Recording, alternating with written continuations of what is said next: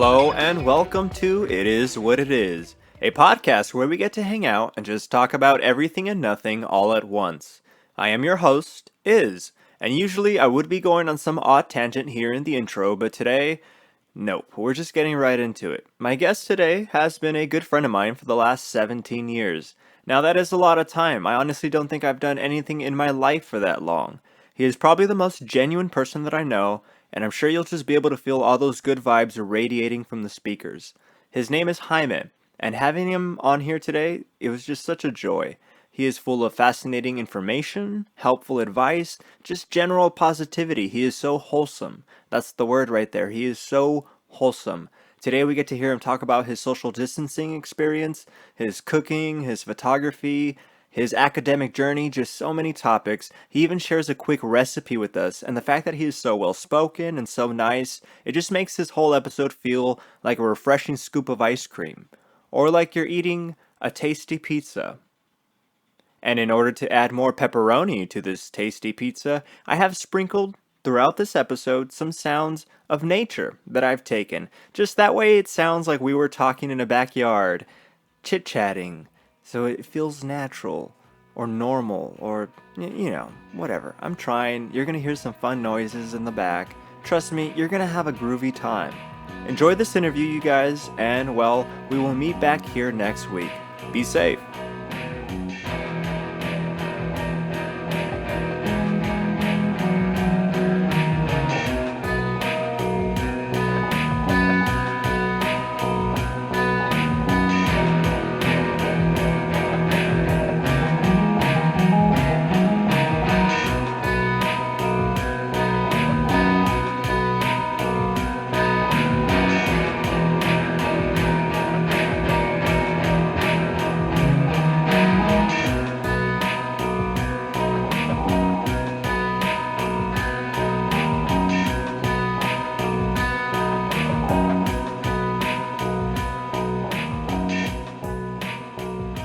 Alrighty, hello, and welcome to the podcast. So I have here a good friend of mine, and this is Jaime. He's going to be here, and he's going to help me, he's going to pretty much help me co-host this episode with you guys. And, we're going to get to know a little bit about Jaime, and he's going to take us a little bit into his world. So anyways, Jaime, what's up, man?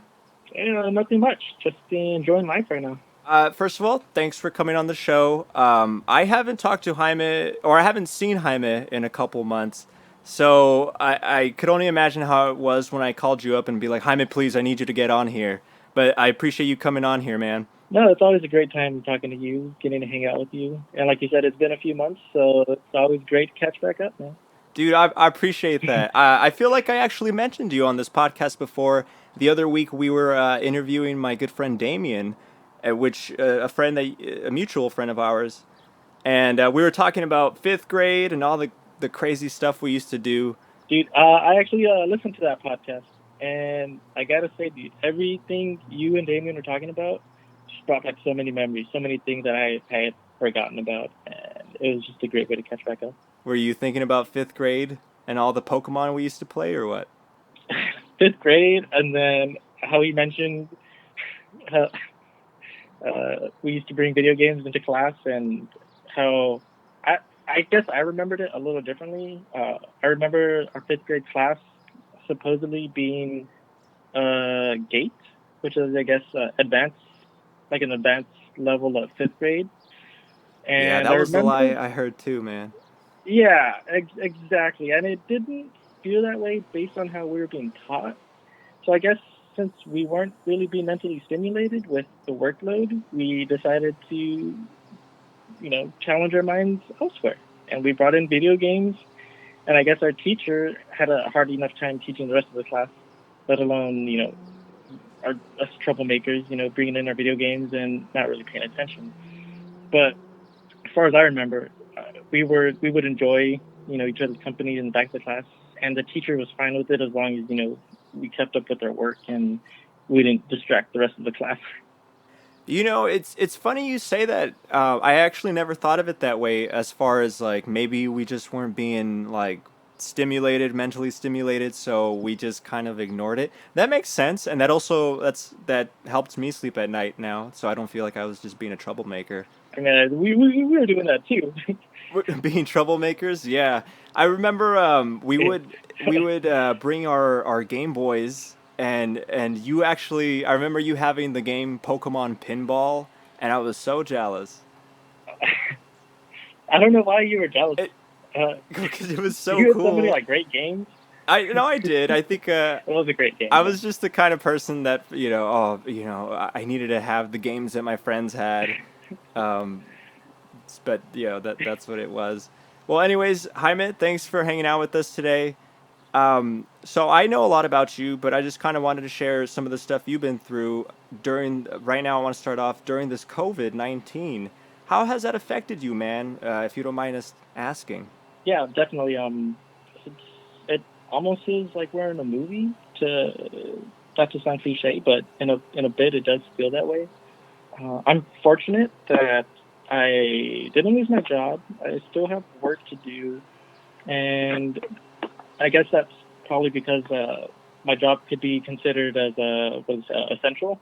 Uh, I work as a chemist, and what we do is we provide chemicals for water treatment facilities, and they can range anywhere from like municipalities for different cities providing water, for the residents who live there, to say like drinking companies who make water to produce sodas, even as far as to go like wastewater treatment facilities who literally, like, you've heard the term maybe the the term that they're trying to phase out, toilet to tap.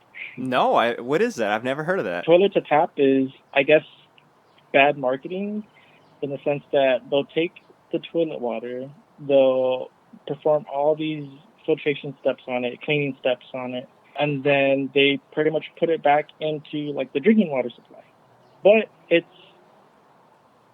the end product is better than what it was, than what like the original drinking supply was. Does that make sense?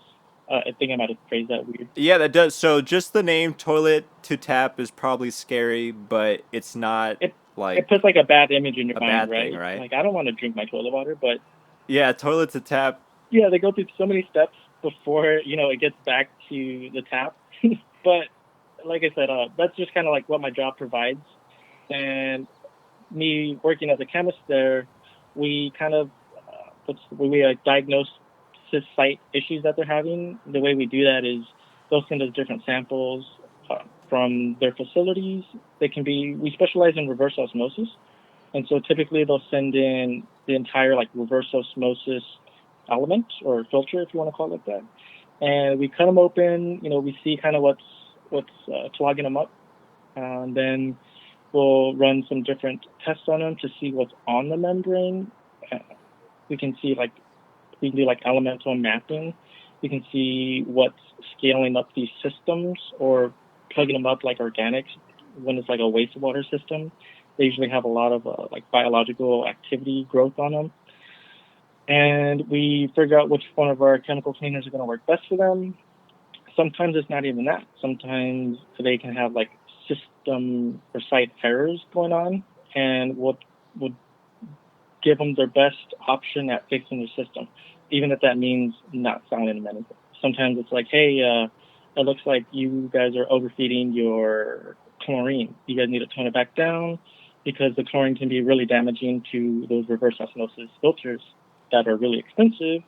And by overfeeding, something as basic as chlorine, you can mess up the rest of your system, and it can cost anywhere from like $400 to like $1,000 to replace one of these filters. And usually, like these larger systems can have a few thousand filters on site. Hearing you explain all of that, it felt like I was taking a chemistry class. No, no, no. I just hope I'm explaining it so that nothing's going over your head. It's pretty straightforward, pretty simple. It was all cool. It all made sense for sure. But I just it was what was cool was all these terms when I was in chemistry class, like reverse osmosis. I remember thinking, does anyone really even speak like that? Who really uses those terms? And then here you were telling me about the reverse osmosis elements, and It all comes It all back comes around. back around, you know. Here I was laughing at my teachers, and now who's laughing? Well, Jaime, I do want to get to your route and all the schooling you had to go to get to where you're at right now. I do want to touch on that later, but as far as your job goes, how is that? You know, how is that industry right now during COVID-19? As far as on my end goes, nothing too much has changed. Me and the rest of my coworkers in the lab have mostly started working from home because we do need to go in to perform these lab tests. I go in once a week, and then my one of my other coworkers also goes in once a week, and we stagger our shifts, to keep the social distance going. But other than that, nothing too much has changed. I can do a lot of my report writing and data analysis from home, so that's good. I'm fortunate that my work doesn't need me to be there, and I don't have to expose myself unnecessarily. Well, that's good to hear, man. I'm glad that it hasn't been too drastic for you. Now, what about you, just personally, like away from work life? How's the COVID treating you, man? Not too bad. I mean, I guess because I'm a homebody, right? I don't go out too much. I was never really the person, to go downtown every weekend. I'm a homebody. I like to go out, for walks, or you know, I do photography as a hobby. So sometimes for that, I'd go, to Bubble Park, take some pictures, take a couple friends, and do some portraits for them. But other than, I guess, now that I have to stay home, nothing has changed because most of the time I am home. It's nice to definitely go out, take a drive. Since you can't really interact with anybody, you can still go take a drive, which is what I did the other day. Drove by the beach, rolled the windows down, just 10, 15 miles an hour. Enjoy that ocean air. Nice. Is that what you're doing to keep sane? I know a lot of people have their own way of keeping the brain. Yeah, sometimes. I usually go for walks. Actually, me, my fiance, and then her sister. We try and do at least a daily walk, 15, 20 minutes. Go outside, just have some sort of human interaction and talk with each other before we have to come back into the apartment and sit back on the computer, get some work done. It can definitely become. I don't know if mundane is the right word, but definitely feel like you're just in a cycle that you're not going to get out of if you don't literally get out and do something. Jaime, I admire that, man. You sound very level-headed with everything that's going on, and just the way you're talking about, you have your system of working, and then you go on your walks, and then you do your photography. It seems like you just have it all. For those of you who don't know Jaime, this guy, for as long as I have known him, has always been sure. Like you're so set on what you want to do and the way you do it. Like you're very just you have a schedule for it and that's what you follow. So it's cool to see that this COVID hasn't really changed that, man. I guess it's just like a change in the schedule that I get used to. I've been noticing with a lot of people that I've been talking to on this podcast, and I've actually started going back to work too, and been talking to some people there. A lot of people are coming out of this learning a little bit more about themselves or learning like something new that they're into they didn't know before. Is there anything like that, Jaime, that you've noticed? I guess the biggest thing is relearning. Like I used to play in the band in high school, and I always knew that I loved music. I love like, even I guess now it's more like I love listening to music, whereas before it was a mix of playing and listening. And so now I've started to relearn that. Hey, I kind of miss making music. I know back in high school, even if I was in marching band, and even outside of that, I'd go home and just take out my alto saxophone and practice my music. Try playing some other stuff, look online for different songs. That kind of ended once high school ended, and then college started, and I did kind of dropped the entire music playing, music making hobby. But now that I'm in quarantine and I have more time on my hands, I've noticed that I kind of miss it. And although I live in an apartment and playing a saxophone would probably get me some complaints, I've noticed that that it's really easy to make music for anybody if you have a computer. And so I was like, oh, cool. Like I looked into some programs, and GarageBand happens to be one of the programs you can have on a Mac. That's what I'm trying to do right now is learn on it. But it's upfront can be very scary. And I'm just, playing with all the buttons, making some beats that sound very generic. But I guess that's where everyone learns, right? Jaime earlier did come into the week asking me, "Hey, do you know any music programs that I can use? I do want to go back into music." And I said, "Hey, wait, save it for the podcast." So I'm glad you're bringing it up now in the podcast. Let me ask you, man, what kind of problems are you running into when you're recording and making, or when you're starting off your music? I would have to say the biggest thing is everything I play sounds like something I've already heard before. And the struggle is making something that's unique, or even, I guess, most beats have already been made, right? There's just so much music in the world, but how to combine these different sounds into something that's unique. That's a question that's beyond production. That that has to do with just creativity. Are you planning to bring out your saxophone? That was probably going to be my next step because playing it on the computer is one thing, but then I feel like you open up another door of creativity and imagination when you have the physical instrument in front of you.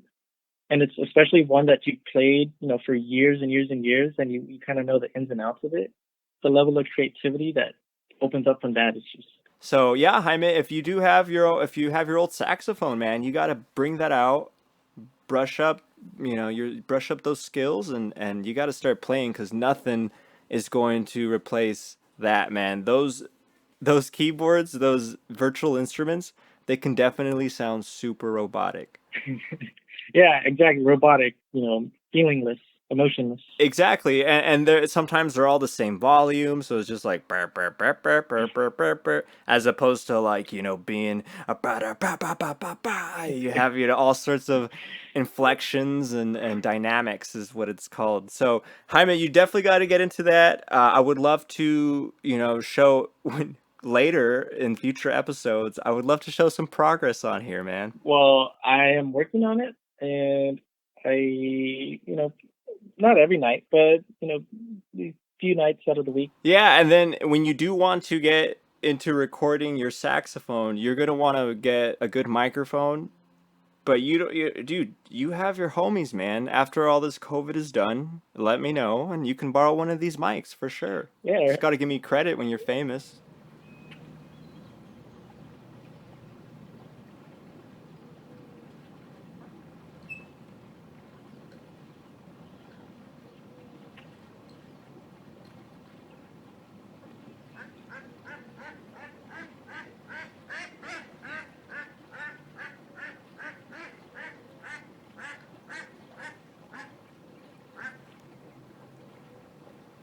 Alrighty, and welcome to Good Quarantine Eats with Jaime.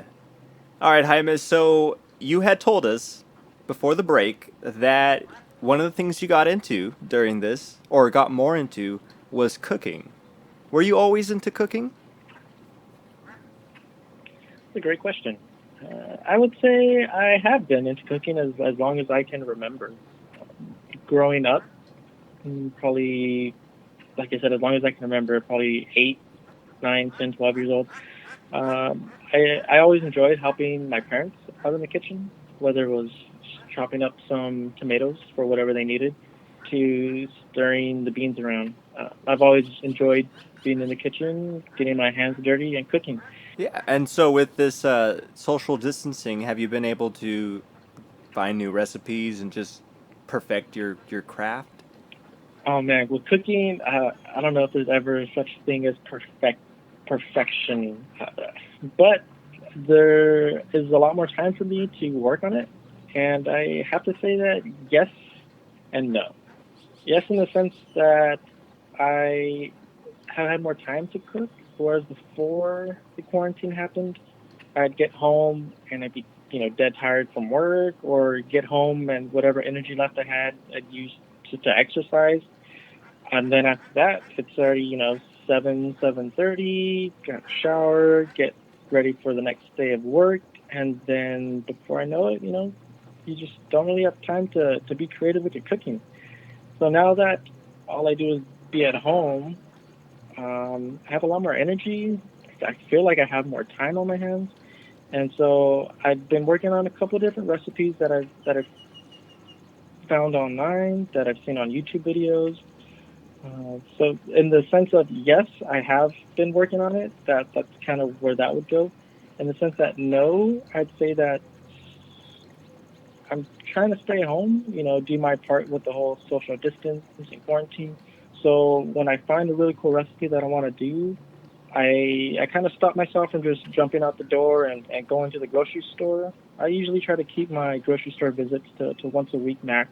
If I can get away with once every 2 weeks, then I try to go for that. Um, so that's kind of where I'm at right now, where I have a list of recipes that I've been wanting to try out, and they just get put on the back burner because I don't have all the ingredients to do them. So it's kind of where I'm at right now. Well, dude, that's cool to hear, man. So, Jaime, I understand you have a recipe to share with us today.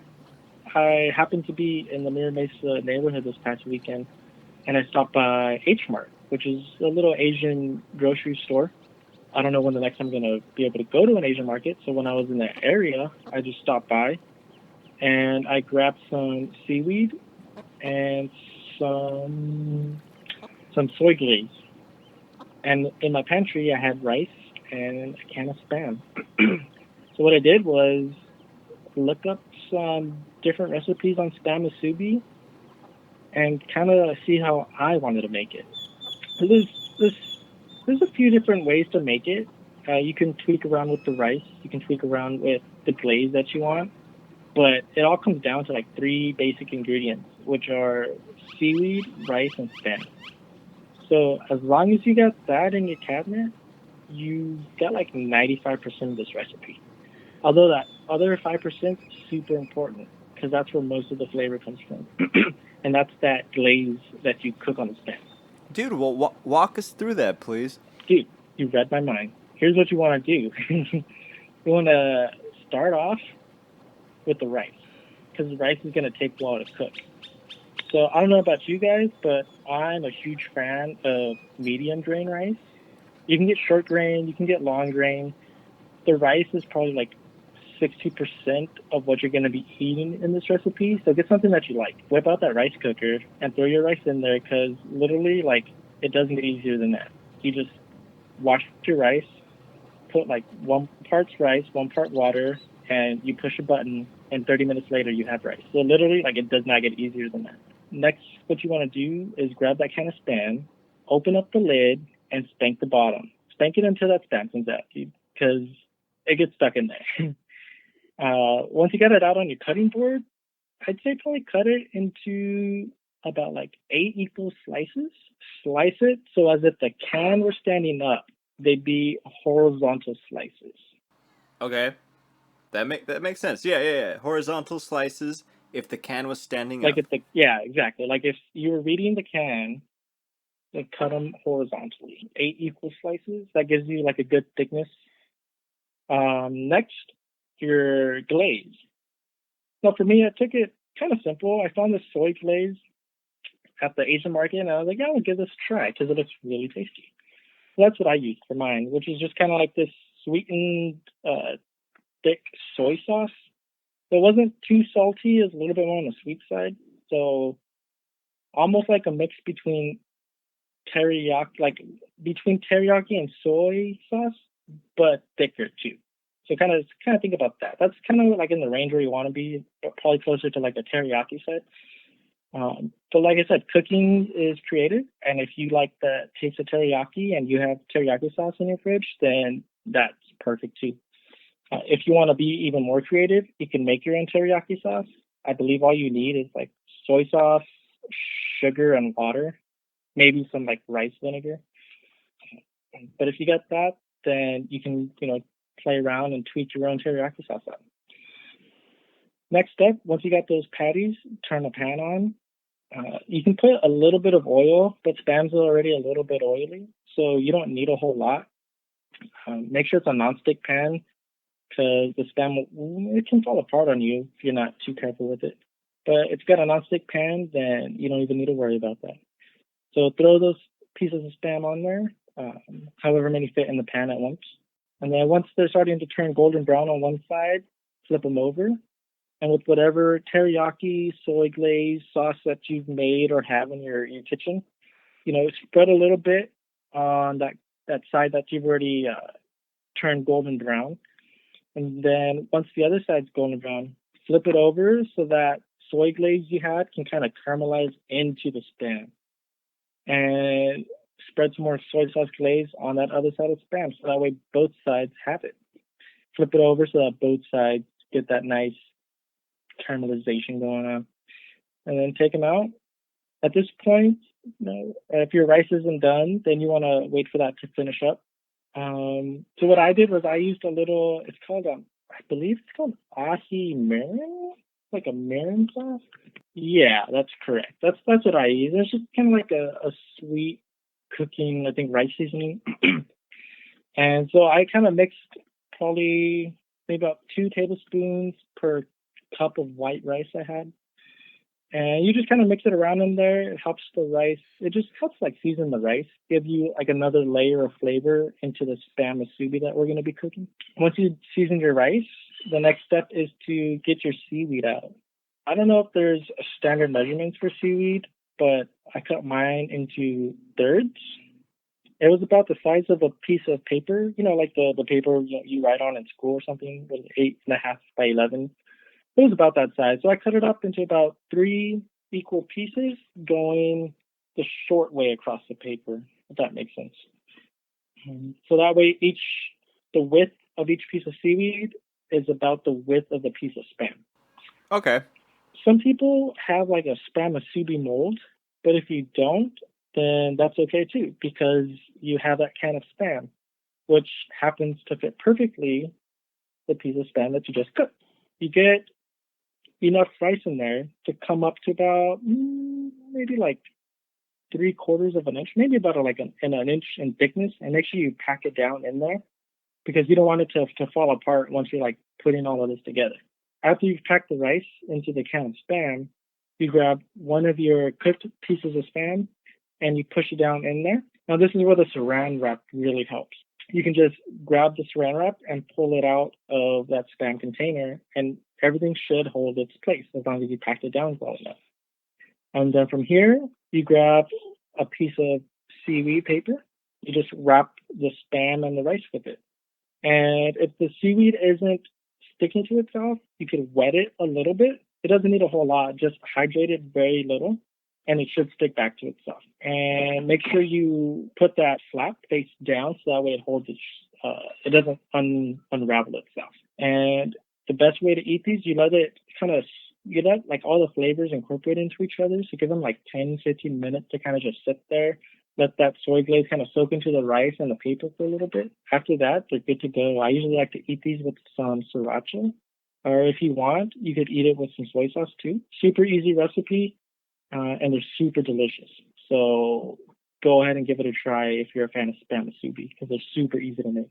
Seriously, dude, coincidentally, I have a can of spicy spam Spicy in spam. my drawer right now. I Ooh. have the rice. I have rice right now. I have an abundance of rice. And I think we have vinegar. We got soy sauce, sugar. Dude, You're just like one ingredient away. yeah. So what I got here is 1, you want to cook good rice. 2, you want to make sure you spank the spam. 3, you Steak said spam. horizontal slices for the spam. Yeah. You said 8 slices, good thickness. Quote. Yep. Then you want to do your soy glaze. You said not too much oil. You spread the glaze when you're cooking it. Then you season the rice. Make sure that's cooked. You cut the seaweed.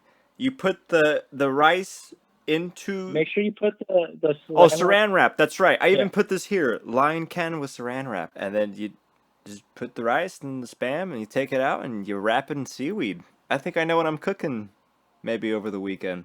Well, thank you, Chef Jaime. That was Jaime with Good Quarantine Eats. Glad I could help you.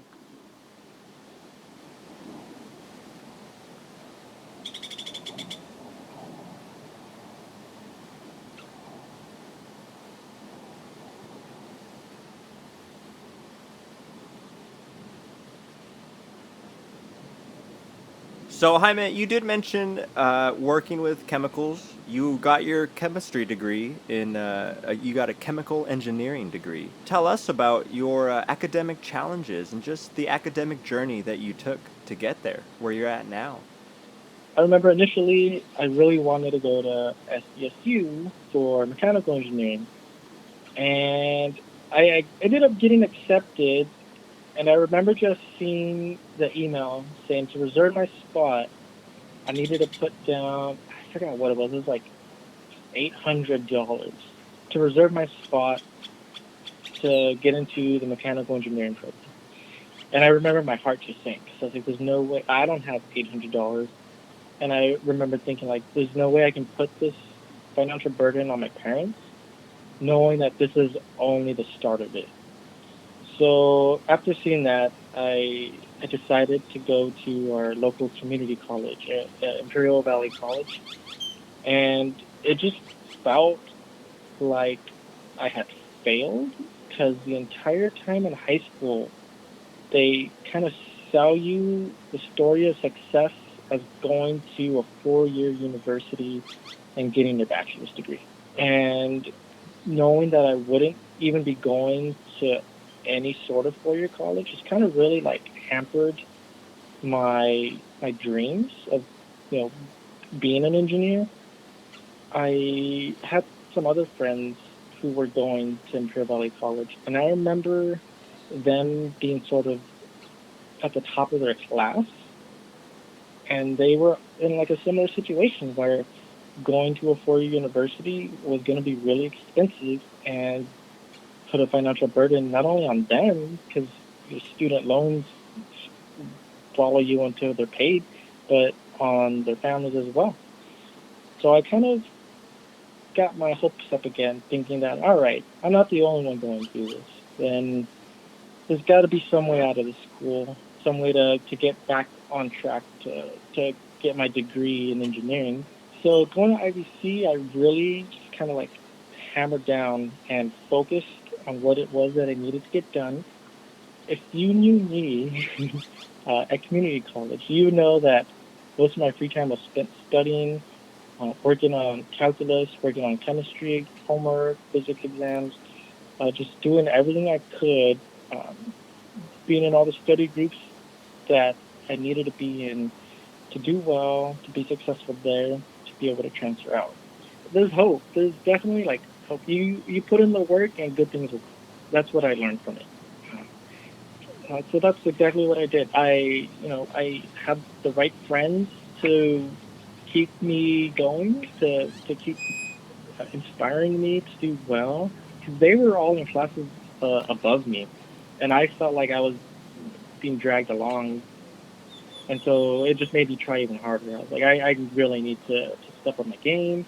I was taking like remedial math, and I mean, if you know anything about engineering, you know that there's a crap ton of math involved with it. And I remember loving math and being good at it. And then for me to get placed in remedial math was also kind of just like a slap to the face when my friends were in like already taking calculus and pre-calc. I still had algebra, trigonometry, and pre-calculus to get through before I touched calculus, which is like the bread and butter of engineering. So I was like, all right, Jaime, time to get your life back together, time to start working. And if that's the kind of mental attitude you go into it, then I think you're going to have a very successful ending. Because that's kind of where a lot of people in my situation were at. And the ones who kind of went into it saying that they wanted something, they had an end goal, whether it be just to graduate with their associates or to transfer like me. We all ended up going to where we wanted to be going. I know everyone in my study group ended up transferring to programs that they wanted to be in. A lot of them went to UCSD actually, a couple to SDSU, some to like Chico, all over the place. There's definitely plenty of options out there.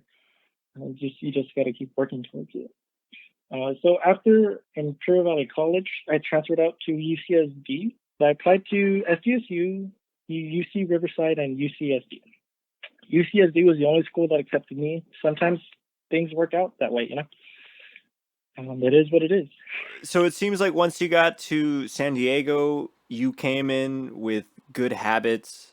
You came in with goals. That's exactly right. If you have them already built into your habits, then it just makes the rest of it easier, because it does not get easier after community college. It only gets harder.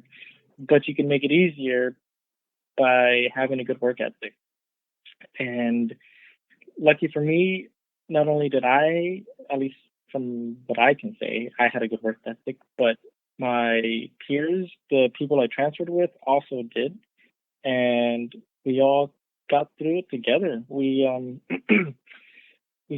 we met friends who were also in the chemical engineering program. We all struggled together. We stayed at the library till 1, 2 a.m. You know, consistently together, working on homework, working on projects, and I definitely mean consistently. It was probably 3, 4 days out of the week, we would all be at the library till at least midnight. And usually for me, I'd have to be gone by midnight, because the last bus to come was like at 12:05. So I would notice it was like midnight and then just run, like the mile down. Not even, it wasn't a mile, but it definitely felt like a really long walk to the bus stop from the library. And I just remember, like, all right, you guys, I got to go. And then I don't know how the rest of them did it, but it was just some nights you'd get home at 1 a.m. and you'd be dead tired, but you'd be like, all right, I got to get ready for the next day. And then as long as you want it doesn't feel like work. It just feels like it's the next step you have to take to get what you want. I don't know how to like phrase it in a better way. Those were great, great memories for me.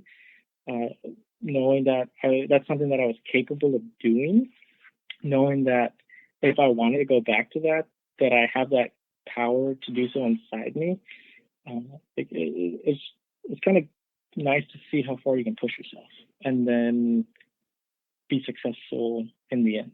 Yeah, no, absolutely, man. And that's good that you didn't really have that fear of missing out. You didn't have that, interfere with your schooling. I think I gotta say, Jaime, your story is I loved hearing it because I wish I maybe had friends like you around.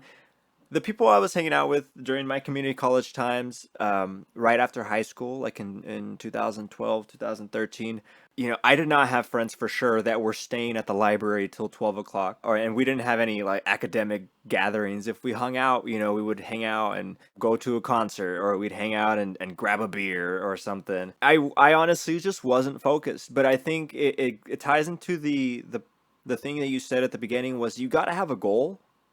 You gotta set a goal for yourself, and I think that was my problem, Jaime. I just kind of went into community college feeling like I had to, feeling like if I chose to do anything else, I would be a failure. Something else that you mentioned, it's drilled into our heads that we have to follow this certain path, and I had all that in my head, and I was like, well, geez, I don't want to fail, so I guess I just got to go to college. But I was just going to community college not with the goal, but just more like with the tolerance. Like, I guess I'll be here because I have to, but I had no idea what I was doing there.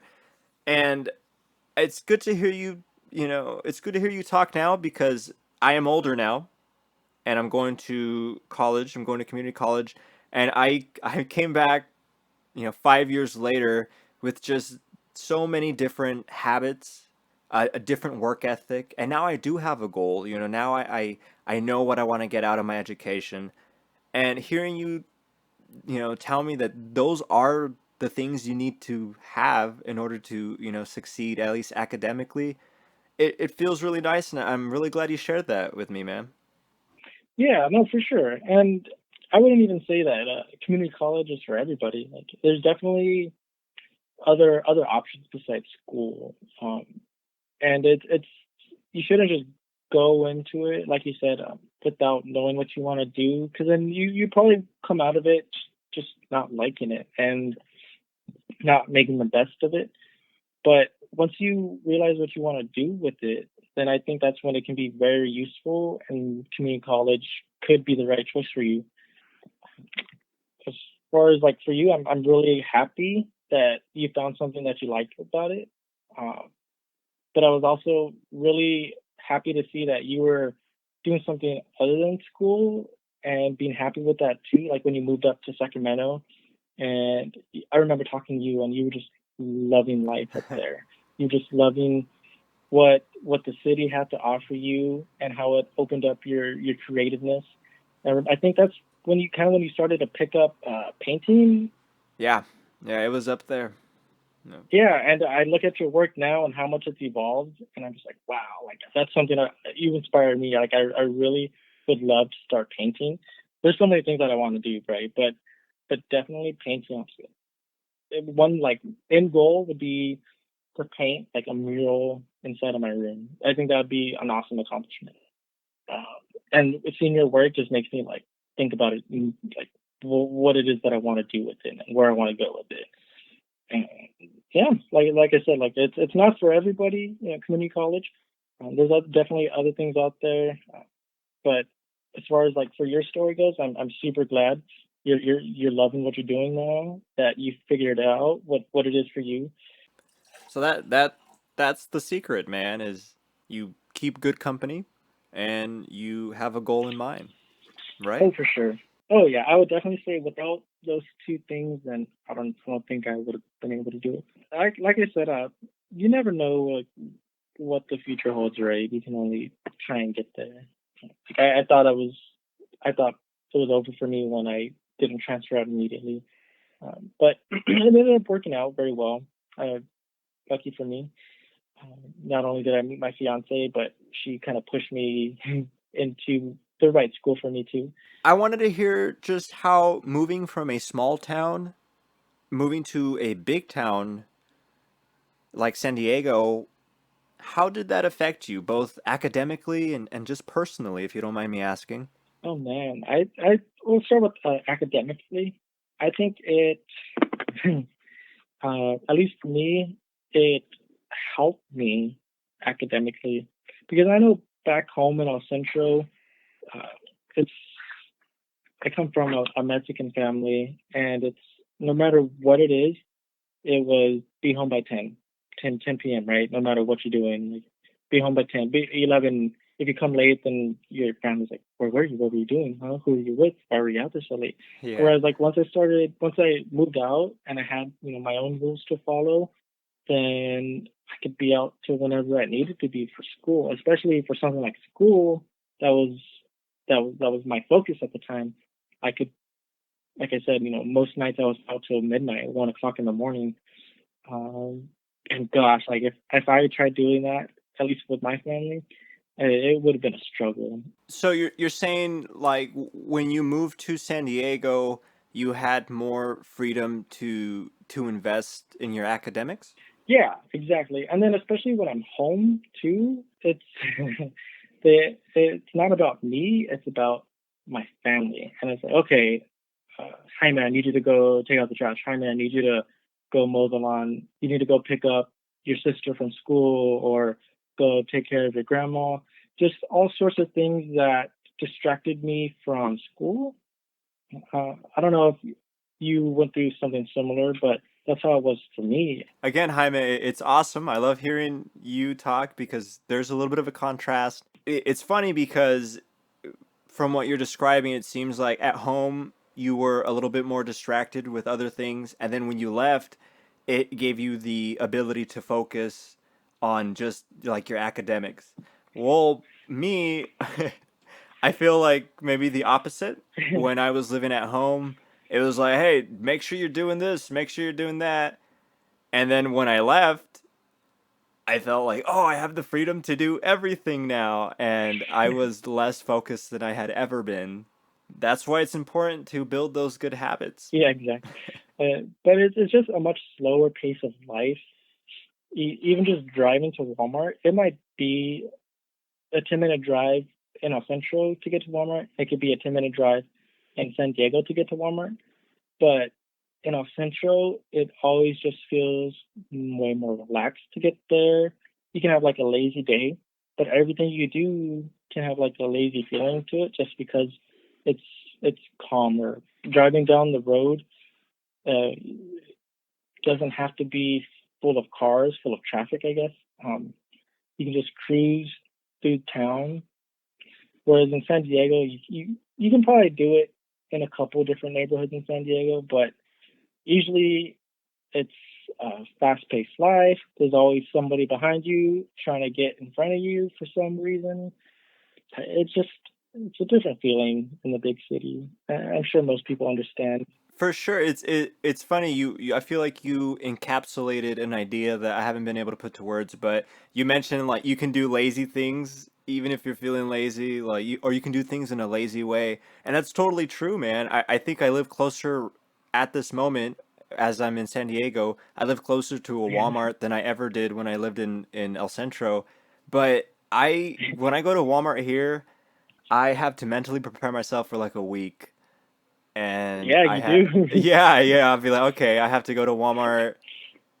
Okay, here we go. Let's put on some battle armor, maybe extra layers of deodorant because it gets pretty Oh intense. yeah, Yeah, and but over there in El Centro, it's totally just a breeze. But it's so funny. You're right. I don't oh know. I yeah. really never thought too much why I would be okay to drive so far in El Centro and not have it feel like it was such a far drive. But man, if it's here in San Diego, I'll do it tomorrow or something.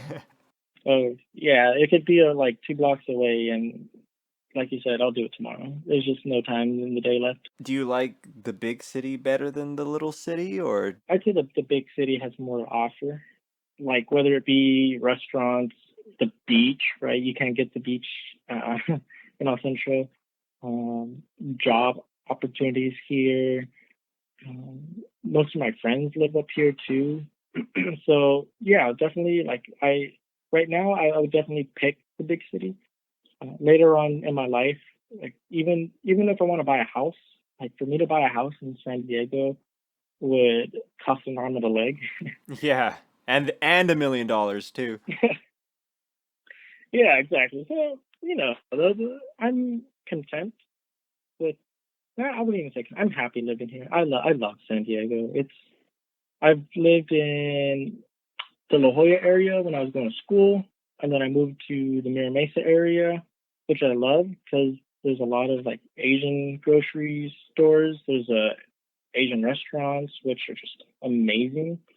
Um, And then now I'm living in North County, San Diego, for work, and I love it up here too. There's a bigger Hispanic culture up here, so I can find $1 tacos on Taco Tuesdays, and they're just as good as when I eat them in Mexicali, which is just on the other side of the border from El Centro, and it's so good.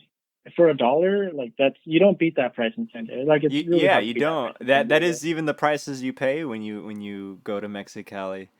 You're gonna have to take me to these taco places, man. Dude, when quarantine is over, you gotta come up here. We're gonna have spam and rice for breakfast, and then we'll have tacos for lunch and dinner. And then rock band too. And then we'll play Rock Band. Jaime mentions Rock Band because when we were in high school, Jaime and I would have these Rock Band nights. We would get all our friends together. We would order some pizza, and someone would be in charge of sodas. And then our buddy would have a projector, like in his backyard, facing the wall of his house. It was the perfect setup. It was the perfect setup, and dude, I treated every Rock Band night like a concert, man. I mean, I'm sure you noticed I would be like throwing myself on the floor and rolling around when I played guitar. Like I don't know how I didn't see the Israel that you would become based on those rock band nights. Jaime, can you unpack that? What do you mean? What does that mean? Oh no, oh nothing. Oh I'm sure the man. listeners will understand. Anyone who knows you will understand. Well, I hope they understand too, and then hopefully maybe they can explain what that means.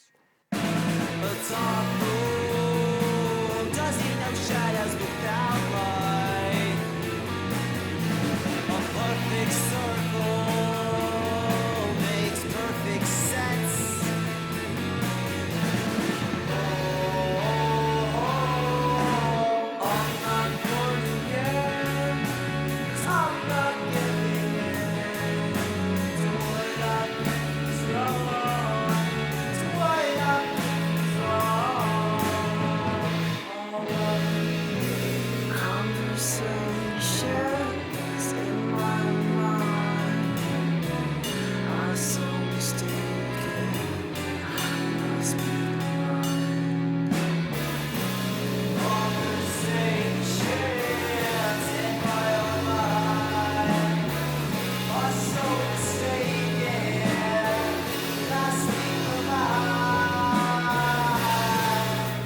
Okay, I am back with my guest, Jaime, and this segment of the show is called The Short Exposure.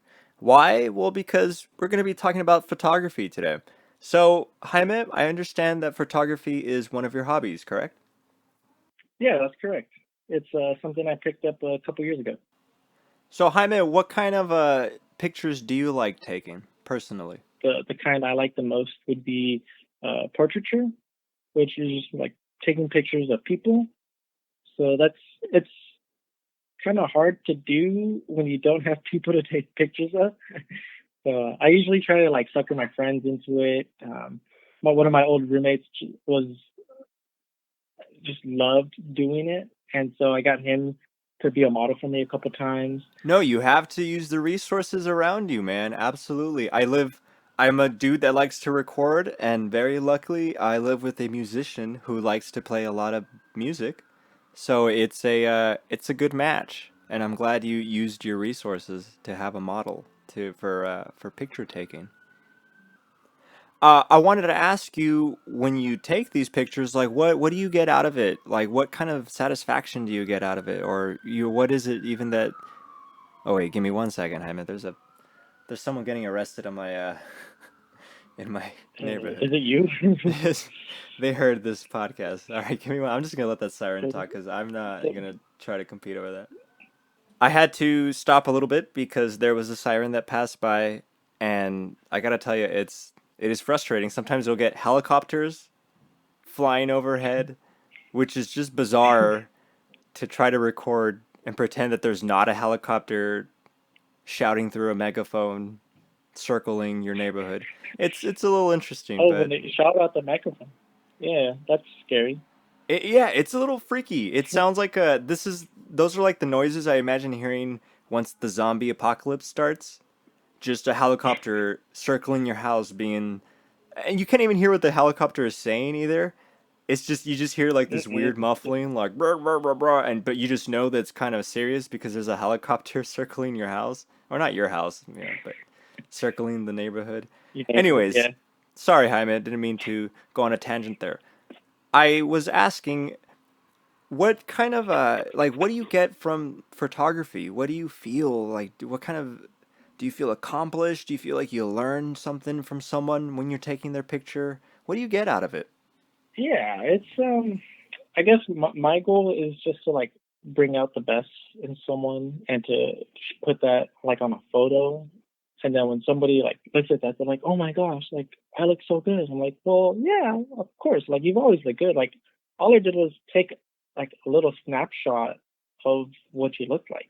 And I'm glad I could like show that to you, and you can actually see like, yeah, what the rest of the world can see.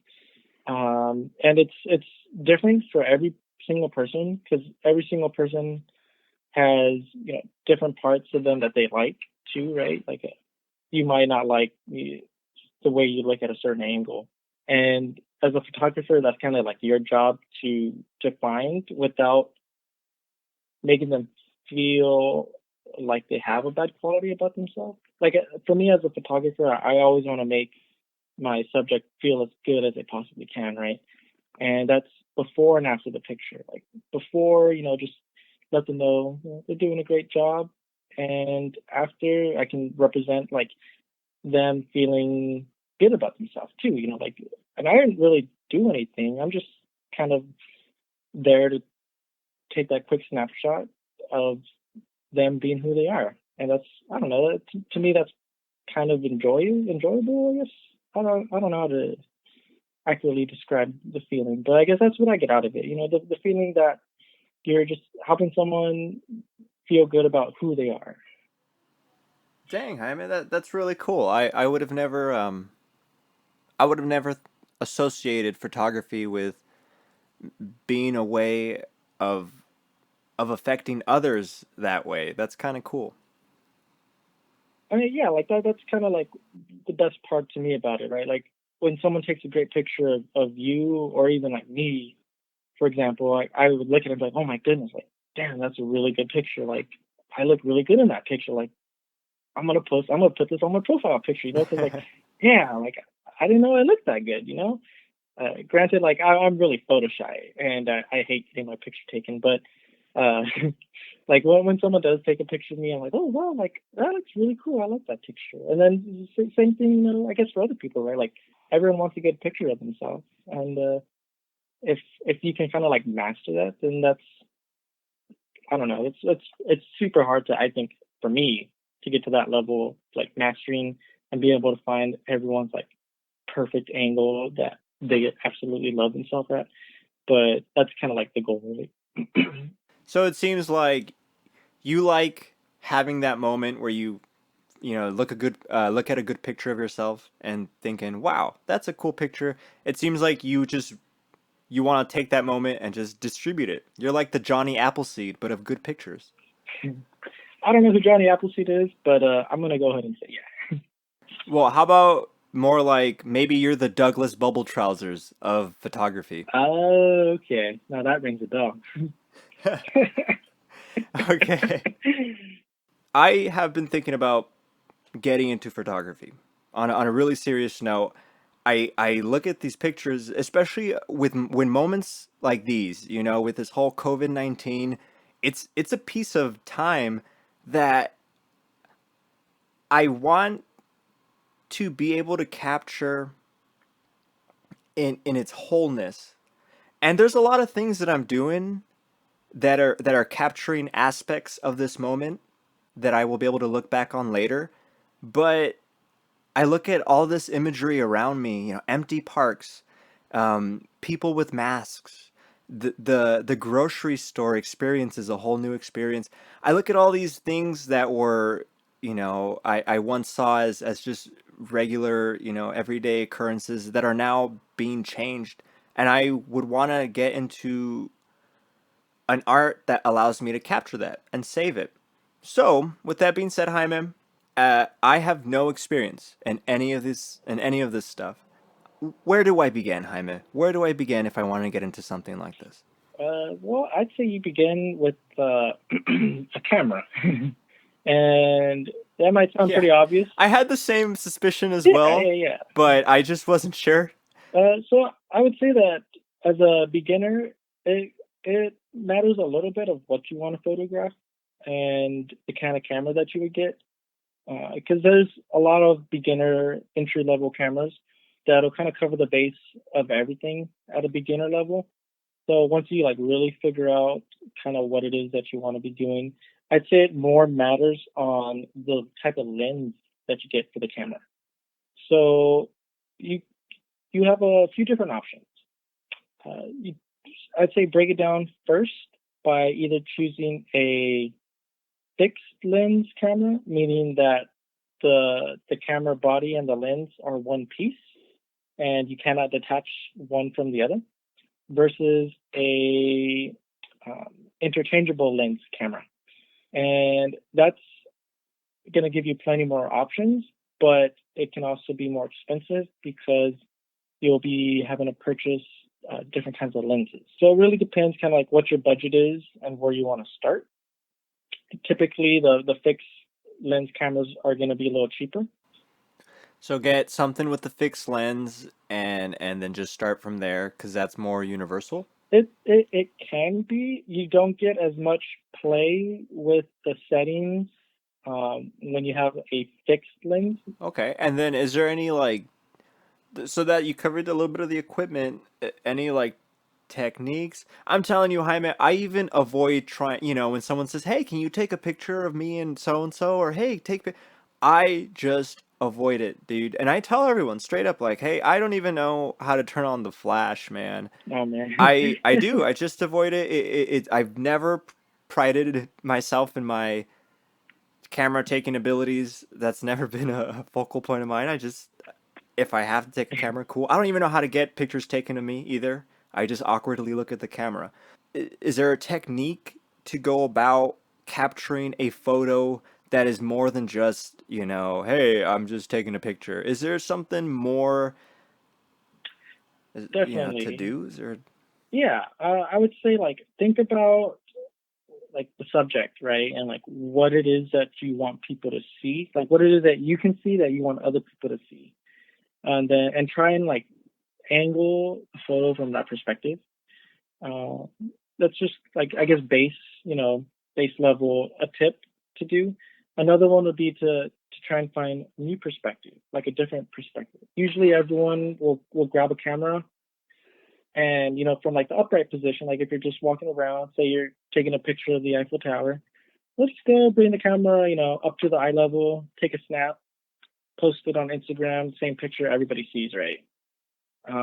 But like the ones that usually the pictures that people notice, the ones that stand out, are from like these unique perspectives, right? Like, or a different time of the day where the Eiffel Tower might be like all lit up, and it could be from like a higher vantage point, and you can see like the crowd interacting down on the level with the Eiffel Tower there.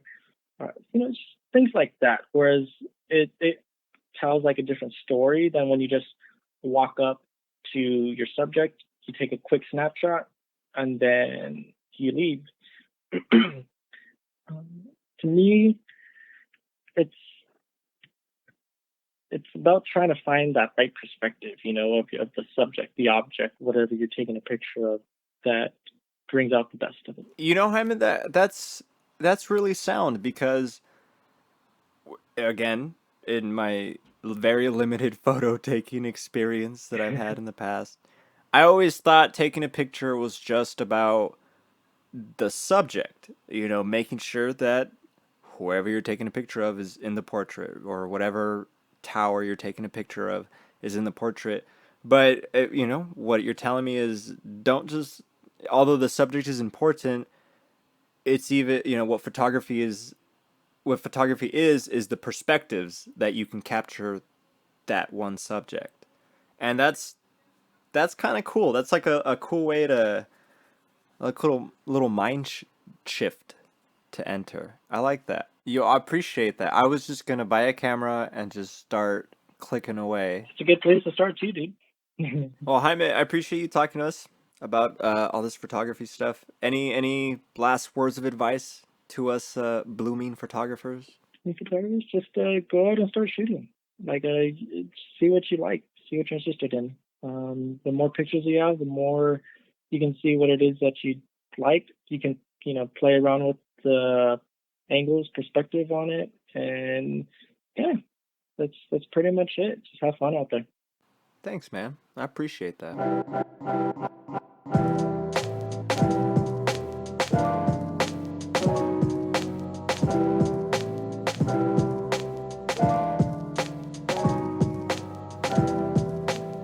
Alrighty, Jaime. Well, that pretty much wraps up the show. I can't believe this much time has actually flown by, dude. It's always good to catch up with you. Yeah, dude, it's always a blast. Like you said earlier, we don't really get to hang out a whole lot, but I definitely enjoy our time together. Yeah, that me too, man. And what I love is this. It felt really nice to just hang out. What I try to do with these podcasts, Jaime, is just make it feel like you and me are hanging out in the living room, and just we have Courage the Cowardly Dog playing in the background, and we're just chit chatting and catching up, and I want the listener to feel like they're just there too, watching the same episode of Courage the Cowardly Dog and listening to us just talk, man. I mean, that's what life I is. think you said it Just perfectly. hanging That's out. exactly how it felt on my end. Yeah. Well, thanks, man. I then we're doing a good job here. Jaime, again, thanks for hanging out. I want to ask you, what's next, man? Any COVID goals? Any goals of the near future you have? Maybe with photography, with cooking. Is there something you're going to be working towards in these next couple of weeks? Yeah, definitely. Given that it can't really be going out too much, I put my photography on the back burner right now. But I picked up GarageBand, and I'm gonna start learning that and see what I can do with it. Dude, yes, please. Let's put some beats on here. I'm running out of music to play, so I the next Oh song, man! it's got to be yours, man. All right then, that's my next goal then. All right, Jaime. Well, once again, thanks for hanging out with us in the podcast, and please, dude, stay safe out there. You too. Take care. You too, man. Thank you.